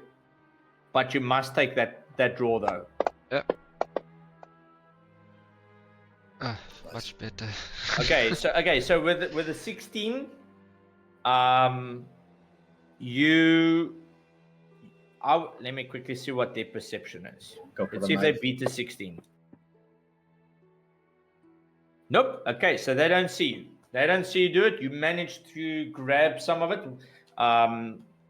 What type of fruit were you looking at, or what were you trying to get? Like dried fruit, the preserved meat. What were you looking for? That period of time, if I can only grab one item, it doesn't really matter, but just as much items in that period where I was like successful to be Okay, sneaky, so what I'll let's just say is, for the throw some sake of stuff in my bag argument, or my you pockets. managed to see like a bag that's got like a little bit of everything: cheese, meat. It's got a bit of dried fruit as well. And while you're doing the dishes, you turn yourself in such a way that you're able to take it no problem, and you put it like under your arm in your clothes itself. Jim Jar sees this and he's like, "Are you mad? They find that you're dead." But Just shh. I'll play. I'll play for it later. And you see Shushar like, what? We must wash dishes, and he just carries on going. Anything else that you're doing? I'm gonna look over to the guards and Yeah. see how distracted they are. The two guards that are standing outside, because it's kind of like only one way to get in here. The two guards that are standing there, they kind of like just they're overlooking this. They're looking in the direction of stalactite, so away from you. And the two that are in the main hall, they like taking almost like you could say like a lunch break. Yeah. And they pretty much distracted and talking the whole time. And you notice that one of them just points the finger in your general direction, but it's not to actually point out a particular character. It's just like them something. You can't really interpret from words what they're doing. Okay. Then one more thing. Uh-huh. I wanna try and steal a knife. You want to try and steal a knife? Yeah. From all the Okay, yeah. dishes. Because You can roll for it. Another sleight of hand. Another lucky I don't. Yeah, you don't have any luck anymore. Your luck point is Clive if you roll wrong don't now. Don't I have two? No, it's they. If I'm not mistaken, you have one lucky point now. Equal to your proficiency You can get another bonus. one for a feat because this is just the original feat. Okay. Cool. Still gonna try. Yeah, go for it. Sleight of hand. Oh, sorry. You do have to. I apologize. You do have to. Okay, let's see what you got. A 10. All right, cool. So let's quickly see if they saw that or not.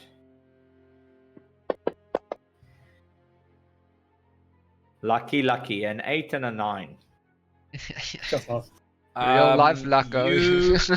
You got very lucky. So the two of them, they're kind of like looking in your direction, but they're not really paying attention, and you are able to slip the knife. Where do you put the knife? In your feet. Like in the boots. What kind of shoes do I have on? You just got you got like a boot on, I would say. I would say if the knife, can I slip the knife into my boot and will it be? You can. How do you do that? Do you, because I'm going to ask you to roll a deception now. Do you like try and tie your shoelaces or something? No, let's say I dropped the sponge I was washing the dishes with or something. Okay, yeah, sure. So you can roll deception with advantage. You can roll it again. So that's a 12 or a 23. 23 is your tally. You're able to do it, no problem.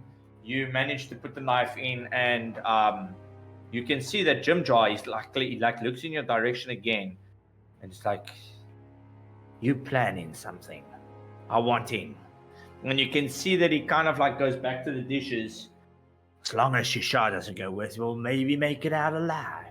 And you can see Shishar, he kind of like, he's just carrying on with the dishes, and you can see that they are just washing everything. And from here onwards, I would say it's a good half an hour to 45 minutes, and then you guys go back to the slave pen as well.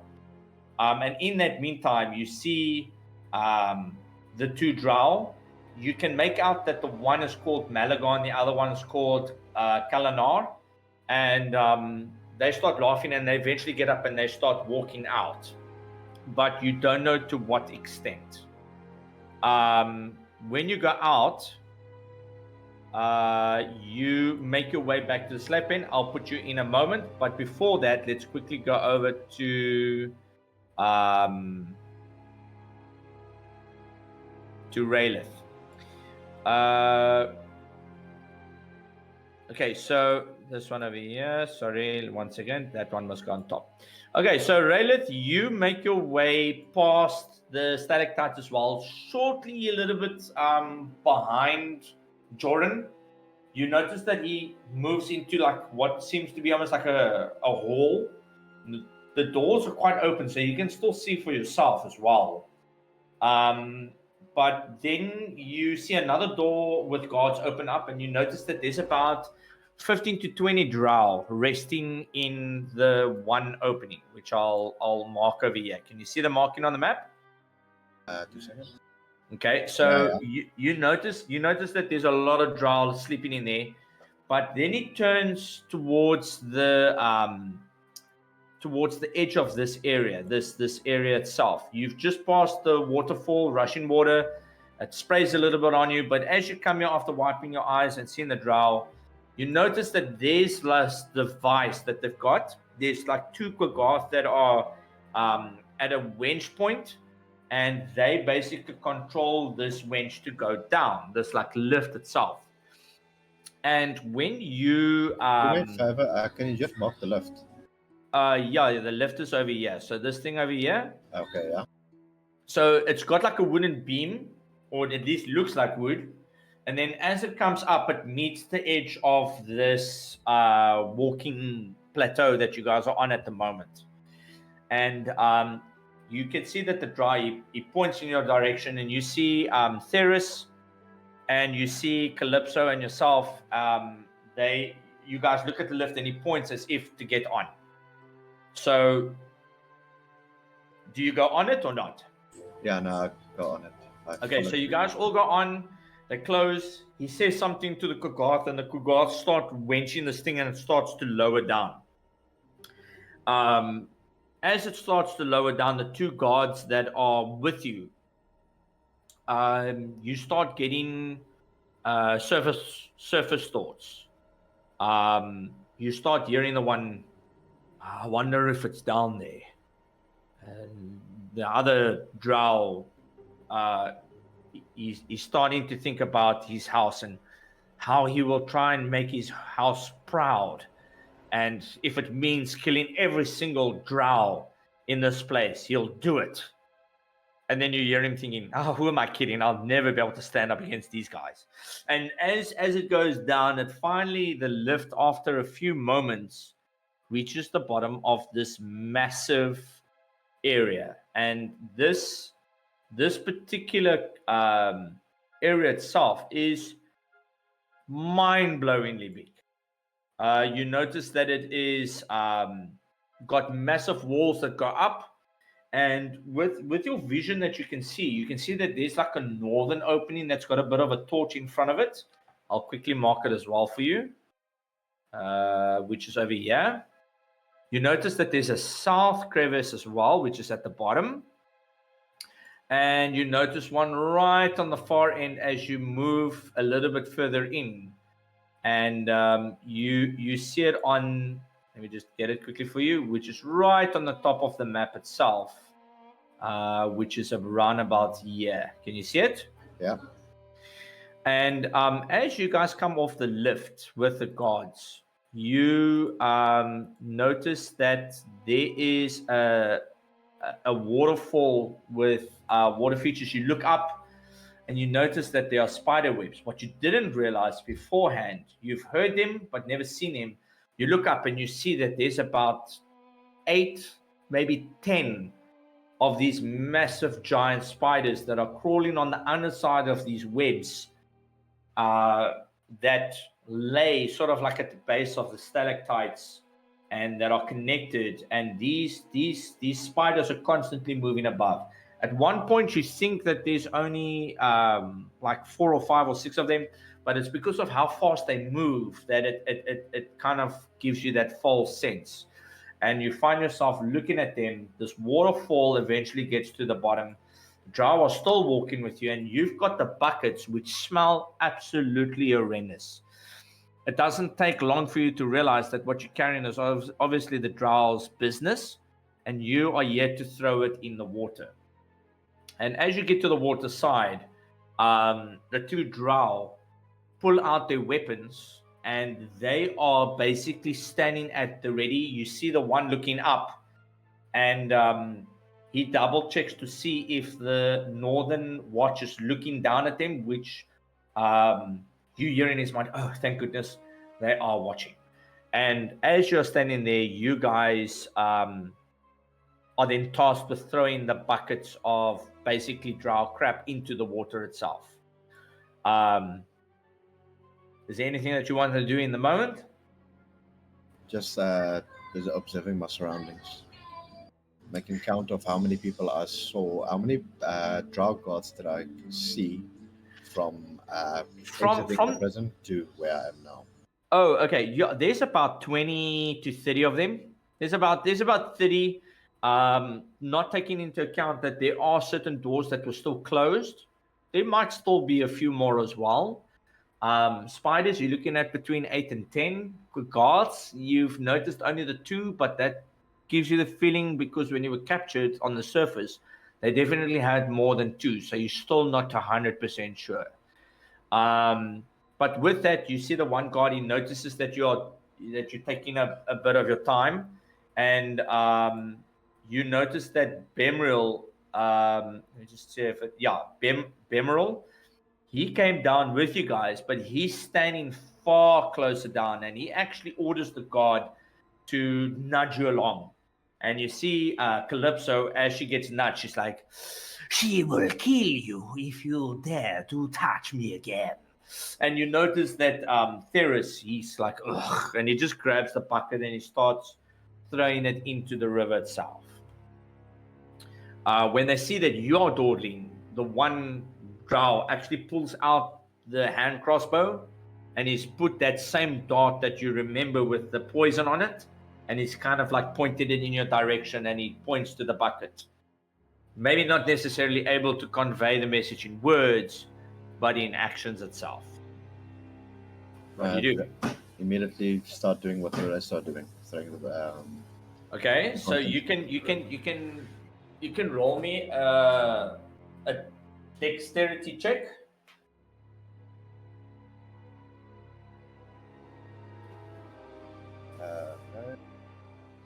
And I'm gonna roll for the other 2. A 4. Oof. Okay, so one got a 20, other one got a 13. Okay, so while you guys are doing the buckets and you name it, in that moment, all of a sudden you start seeing the rumbling in the water, and you start getting a sense that something is not right in this particular water itself. When you do, let me just quickly see here. You notice that the water is starting to swell towards you. Okay? And there's 1 or 2 buckets still left, and the Drow is still pointing at you and says, throw it in, and you're the last one that has to throw the bucket in with Theris. What do you do? Oh, well, basically, if I do it, I don't have other choice. Otherwise, he darts me, and I fall unconscious right then and there. Whatever there is going to kill me. Or I do it, and I have a chance to get away. So. Okay. So you throw the bucket in. Yeah.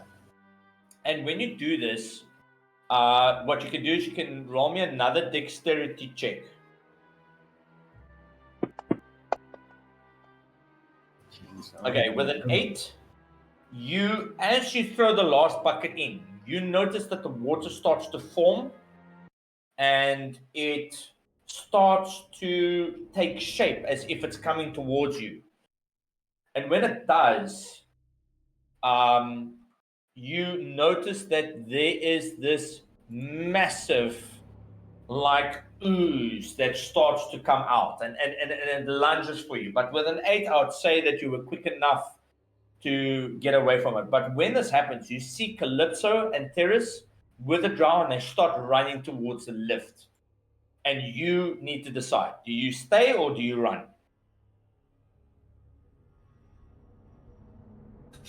Oh, I'm not gonna stay. I don't have anything to defend myself with. Okay, so you start booking, you start running, and you see this ooze as it starts to come behind. What you can do is you can roll me a two d20s.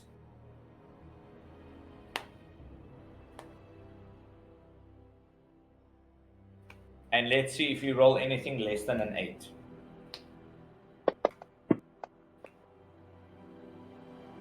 Oh, 3. Okay, Theris. The moment that they turn and they start running, and you manage to get away and you start running as well, you hear Theris, and he falls, and you can see his face first into the ground. And you notice the drow, they're starting to call you, almost beckon to get to the lift. You notice Theris is on the ground, and you notice that his foot gets caught by this ooze, and he's screaming for help. And in that moment, you notice that the drow are basically pushing for you to get back to the lift. What are you doing? You see Theris as his hand he's trying to reach for you, but you see him getting pulled to the water. Well, try to help him. You're gonna try and help him. Yeah. Okay, so how do you help him? What do I have currently on me? Like, do I still have the physical bucket with me, or did I throw the entire You've bucket? got the bucket and you've got your magic. Remember, your magic is not hindered yet. Okay, hold on. But I want to use magic, but also not in a way that they can actually see it. Yeah. Let me just check here.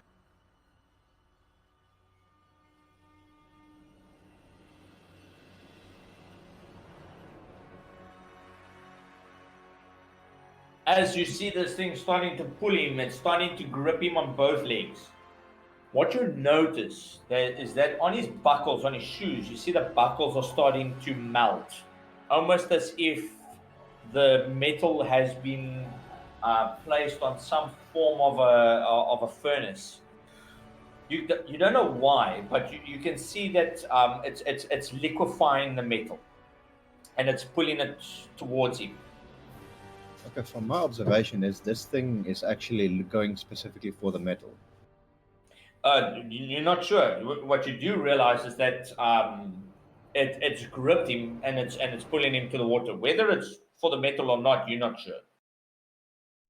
You say But he this has boots on, pseudopods right? are they basically they're pulling him. Okay, so basically what I've tried to do is I rush over to Theris. I throw the bucket against that ooze that is touching his boots. Yeah. So that it can be distracted to go rather for that bucket than instead of Theris, and I try to get Theris out of his boots to get him, let the thing grab the boots and get him out. Okay. When you do this, you're pulling Theris out. Make a strength check for me. Come on, guys. Yes! Oh! Okay, so with a 19, you go after Theris. Calypso looks back and she just keeps on running. And you manage to grab him by his hands and you try and pull him. Is that, have I got that right? Yeah. Tell me, can I? Hold on.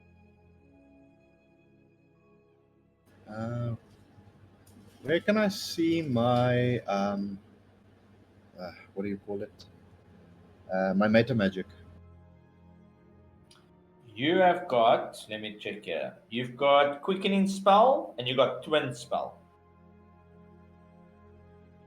You got 2 sorcery points. Quickening spell costs 2, twin spell costs 1.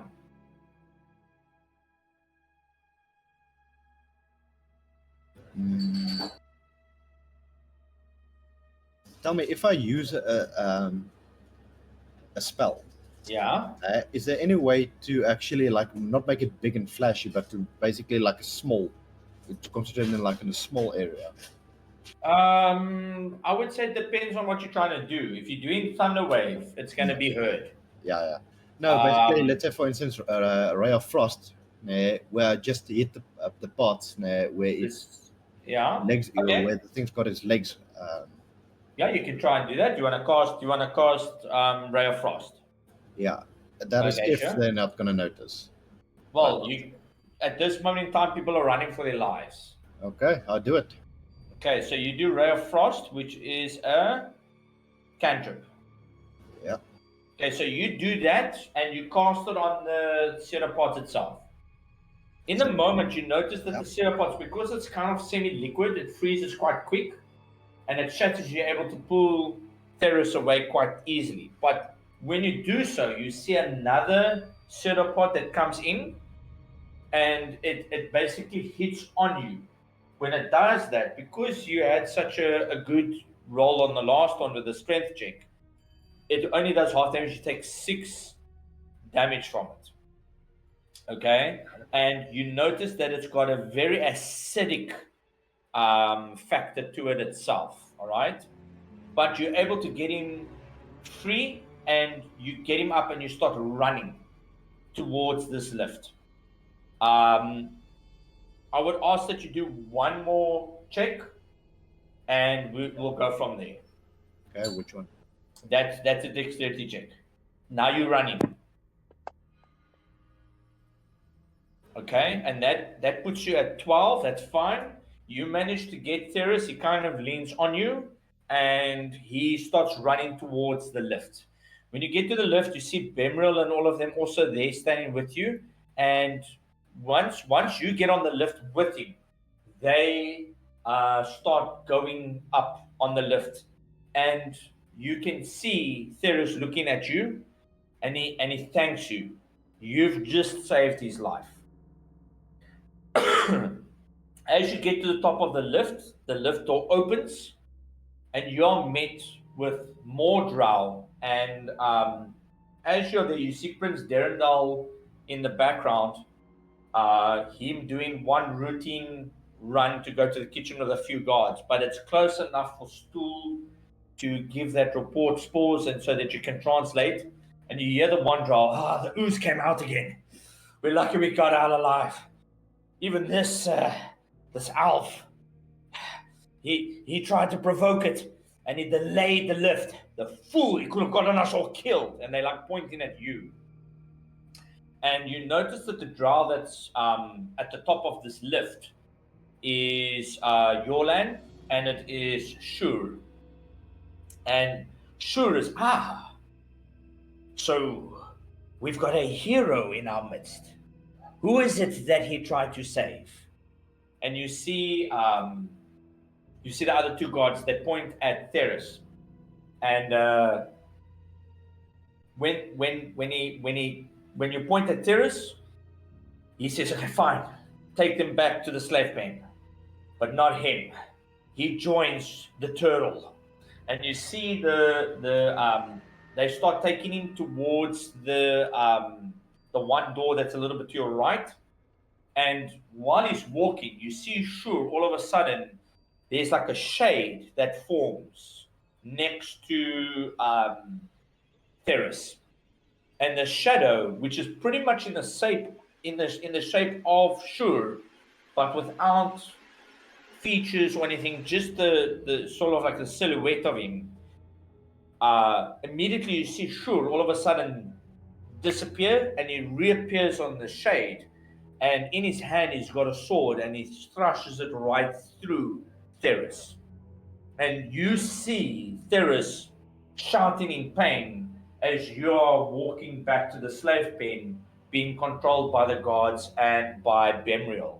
And you hear the one guard says, "What did he do that for?" And you hear Shur in the background, "No weaknesses will be allowed." And you see him as he pulls the dagger or the sword from Theris. He goes onto a rampage where he starts striking Theris about 6, 7, 8, 9, 10 times in the back. And you see as the last stroke takes place, he says, "Feed them to the spiders. He's more worth to them now than he was before." And you notice that the two drow come and grab him by his feet and take him to this spider web section where they just toss the body over. It is the horrifying sound of chittering and mandibles that start pulling something apart as you hear that bone crunching and ripping, and you realize, though you risked your life, it has costed his life, and he will be no longer available to help. You go to the slave pen where all of you have got a moment to try and rest up. And basically, calling the day, you notice that Prince Derendal, Hexie, and Joran, you guys notice what has happened. And as you come into this place, it closes again. And you basically on the verge of closing off this particular day. Is there anything that you as players want to do before we end the session on this particular point? What is your view, Hexie? I'd like to interact with Wolpertinger. Okay, yeah, sure, we can. Bunny sama. Bunny Sama. Yeah, Bunny sama. I basically just want to go up to him and like I guess thank him because obviously he did something, that healed me up and saved my life. Yes, yeah, no, So, for sure. I wanna like I don't know if it can communicate somehow, but yeah, maybe just go up to it. Okay, so you start talking to Wolpertinger, and you obviously spoke to the people, when you got back, and you notice that the relationship between you and this particular animal has strengthened, and even Graves, he comes up to you and he says, "He's taken quite a liking to you. That doesn't surprise me. It reminds me of my pet once.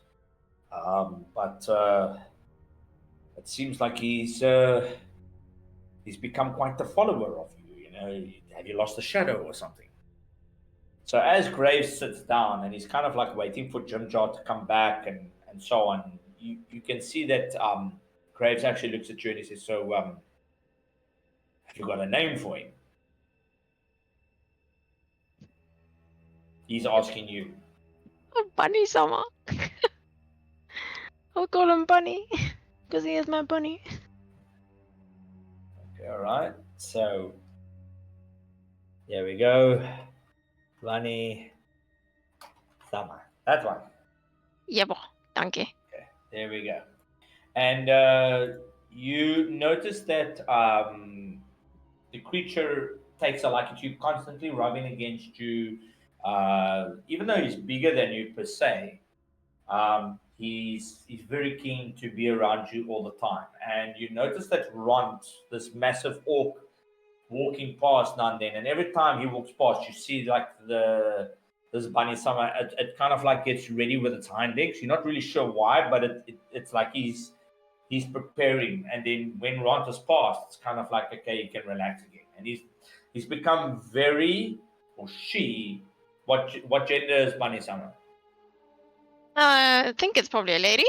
So she's become almost very protective over what and who deals with you, and you kind of get the sense that it's sort of like a very close relationship that's bonded over a very short period of time. And Graves just carries on with whatever he's doing. Anything else? No. I just wanted to show my gratitude. Yeah, and you can see it's well received. Jordan, anything that you're doing in this moment? I'm just gonna gather the people around and like say, guys, I've got some food. The moment you do that, it's almost like they start getting they to a point look at it and they, ooh, you know, they're gonna appreciate it, but you notice that it's not enough food to go around for everyone. So what I'm gonna do is I'm gonna say pick 4 non-playable characters that you would like to give the food to, and then we go from there. Give it to the kids. Yeah, all the Yeah, children. you must choose. You must choose. All the children. So Okay, so Jordan, you giving Twitch, to Twitch, Pocket, Pocket, Journalist. yeah, Journalist, and who else? One more. Is there another kid here or giving candy to kids doesn't sound like that. You can give it to Bupido if you think that that would suffice. I'm just kidding. Doesn't look like a fucking kid though. Okay, who do you want to give it to? Wait, is everyone back? It should be back. Where's the other people? Yes, yeah. So some of the NPCs are not back because I didn't place them in, but for role play purposes, they are in there with you. Okay, cool. So the only one that's not coming back is Theris. Then I'll just give it whoever's close to me and give it to Nalia Gora, the Dragonborn. Okay, yeah. So you give to Nalia, and she comes to you and she like bows almost. She doesn't say anything to you. She just keeps her composure and she takes it and she goes and she sits and she eats it. So Nalia. Okay, cool. Anything else that you're doing? And if the telepathic connection is still there, I just want to tell Bez that I've got a knife. I got a knife. Okay, so Raylith, you get told that he's got a knife. You notice that there's a loud ruckus by the doors and the guards start coming in. And they've got these, I would say, like bowl-shaped buckets that they brought in. And you notice that they are filled what looks to be like cooked meat. And you notice that the people start walking towards these buckets. There's quite a few of them. There's like about 16 buckets. And you notice that they are basically filled with food.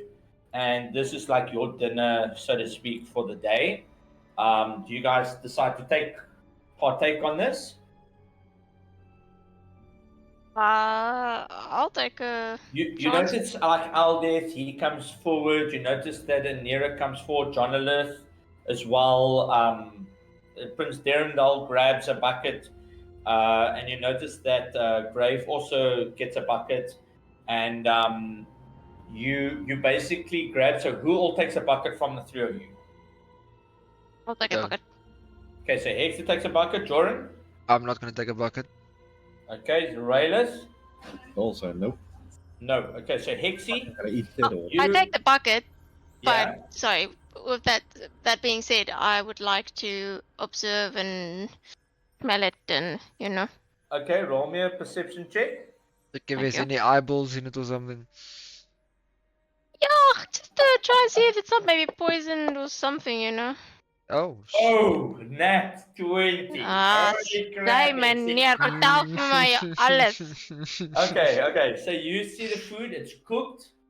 It smells a bit weird in the sense that it's not meat like deer or any other creature that you might have known. The first thing that comes to mind is that it might have maybe been something that is Underdark related.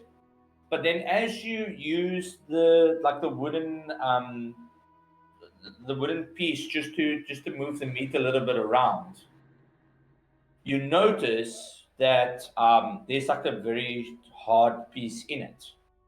And on close inspection, you take it out and you observe it. So you can roll me an inspection. This is not to this doesn't influence your perception check. It you'll understand. So roll me the inspection quickly. Occasional ins- Inspection. Yeah, inspection. There's like a hard piece that you took out. I've got insight, intimidation, investigation. I don't see an inspection here. Investigation. Sorry. Oh, investigation. Okay. Yeah, jammer. Inspection, investigation. My apologies. Oh my god.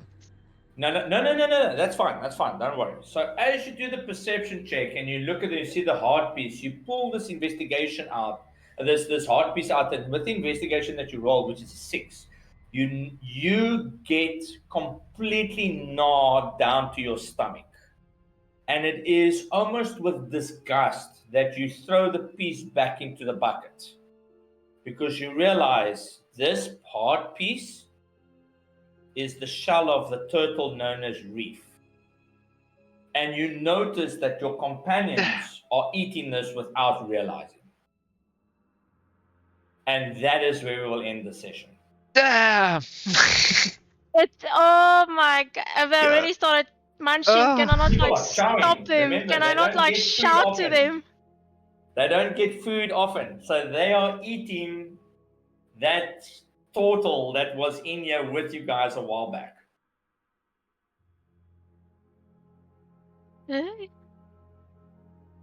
Okay. So yeah, that's where we'll end the session. Well, I'm clearly not Um, eating this, so by the way, if that's not clear. So it's up to you guys to see what you can do with that information next time. But yes, in short, it's pretty damn rough, if I can say it in that sense. Let me just do this quickly. There we go. And you guys need to. It's up to you guys if you wanna go that route or not, or like to tell the people or not, or whatever the case. I will go so far as to just quickly alter the chats that we've had here. So Twitch and they are friendly, and you've got. Let's quickly see here. The princess, he seems decent. That's Shushar. Jimjar is kind of still, yeah, he's chummy, but mainly with Joran. And then Pocket. That's the changes being made. What you do realize is that Ront, he's got a bit of a nasty demeanor. And you notice Calypso. She's also got a bit of a, if I need to, I'll leave you behind type of vibe. I'm just going to mark them as colors like that. It's not to say that they'll attack you. It's just so that you've got a bit of a better color representation of who is kind of with you and who's not. And then with Prince Derendal as well. Okay. So hopefully you guys enjoyed the session. Hopefully you guys can kind of see where this is headed. And what you guys decide to do in the next one. Generally speaking, the next one is where you guys need to make a call as to how you guys are going to go about it. And then normally the fourth one is where everything goes. What I will say is that in this process of you guys getting food and stuff, Raylith, because you are on the way back into the area, you hear one of the guards thinking that it is time for the weapon to go to Menzo Baranzran. And that the boy will be personally going with Ilvara. And what a great honor it would be. Okay? And that's the last thing that you hear before going into the magical area and getting the food, and then it cuts out. Okay, just say that again. The boy will go. You hear the guards on the way back to the slave pen talking and thinking about the weapon, and that the little boy will be going personally with Ilvara. When sorry, I'm lying. The little boy will be going personally with Shur as Ilvara needs to mark the way first. So, from your understanding on this, Ilvara will be leaving in the next day to prepare the path and remove any resistance to Mensa Baransaran. And Shur will be taking the boy personally to Mensa Baransaran. 100. And that is what you assume would be Jonalith. Yeah. Let me just quickly see here. Yeah. And to give you some context, let me quickly see. Let me see if I can give you a distance chart. Let me quickly see here. There we go. I've definitely got something here. Just give me a second quickly. There we go. Travel paces. Okay, so from Valkenvalve to Menzo Baranzan will take 26 days at a slow pace. So that's if you try and stealth it without rushing or anything.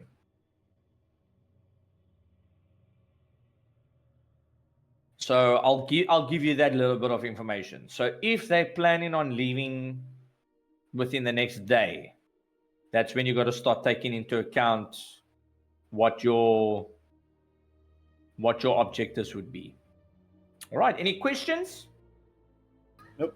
I'm good. No, I'm good. Any feedback? How you guys feeling? Like, how's Hexy as a fairy ranger feeling now? I'm a little sad that I lost Vecna. Vecna. Vecna. I'm not really sure how the fuck they got him out of me, but yo. I'm still wondering if that Melissa woman, if she's okay. She got fucked up because I'll even tell you why, because you were a wizard, to give you a bit of context. Mm. She cast the spell Wish. And Wish allows you to basically augment reality in a way. Not by much, it's very limited to how you can, but the Wish spell is most probably the most dangerous spell, not only to use, but also to cast. And what happens is when you use the Wish spell itself, because you originally tried to Finger of Death you, okay? When you cast the spell, the stress of casting the spell, you basically get a stress of endurance on you. You take necrotic damage, and your strength score is reduced. It becomes 3 for between